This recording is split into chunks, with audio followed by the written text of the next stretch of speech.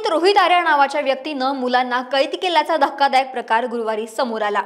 ऑडिशनच्या नावाखाली या रोहितनं या मुलांना कैद केलं होतं। यानंतर पोलिसांनी या मुलांना त्याच्या कैदेतून सोडवण्याचा प्रयत्न केला, पण यावेळी झालेल्या चकमकीत रोहित आर्याचा एन्काउंटर झाला। या घटनेनं आता विविध चर्चा सुरू झाल्या आहेत। महत्त्वाचं म्हणजे या घटनेनं अनेकांना 17 वर्षांपूर्वीच्या एका प्रकरणाची आठवण करून दिली। 17 वर्षांपूर्वी राहुल राज नावाच्या व्यक्तीनं अशाच प्रकारे बसमधील प्रवाशांना कैद करण्याचा प्रयत्न केला होता आणि महत्त्वाची गोष्ट म्हणजे तो राज ठाकरे यांना मारण्यासाठी मुंबईत आला होता, परंतु त्यावेळी त्याचाही एन्काउंटर करण्यात आला।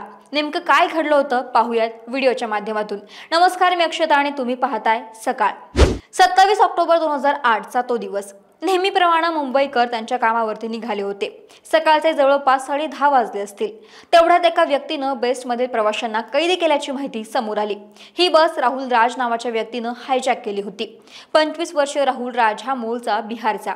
अंधेरीहून कुर्लाला येत असताना त्यानं ही बस हायजॅक केली होती।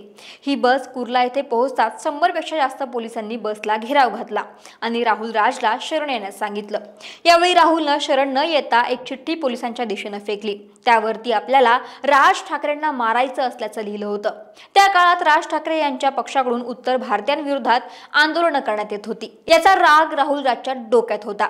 त्यासाठी त्यानं बसमधील प्रवाशांना बंदी बनवलं होतं, परंतु त्यावेळी पोलिसांबरोबर झालेल्या चकमकीत राहुल राज मारला गेला होता।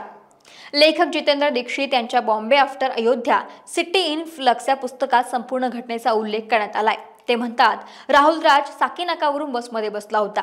कुर्ला येथे पोहोचेपर्यंत त्याने बसवरती पूर्णपणे नियंत्रण मिळवलं होतं, पण तिथे पोलिसांना पाहताच त्यानं फायरिंग सुरू केली। त्यातील एक गोळी एका प्रवाशाला लागली होती। बस भोवती उभे असलेले लोक जोरात ओरडत होते। तो प्रवाशांना इजा पोहोचू इच्छित नव्हता, पण त्याला राज ठाकरे यांना मारायचं होतं। या संदर्भात बोलताना तत्कालीन सहाय्यक आयुक्त मोहम्मद जावेद यांनी सांगितलं की जेव्हा मी बसच्या आत गेलो तेव्हा राज एका प्रवाशाला पकडून उभा होता। त्याने त्याच्या डोक्यावरती बंदूक रोखली होती। मी त्याला शरण यायला सांगितलं होतं, पण त्यानं काही ऐकलं नाही। त्यामुळे प्रवाशांचा जीव वाचवण्यासाठी नाईलाज म्हणून त्याच्या दिशेनं फायरिंग करावी लागली।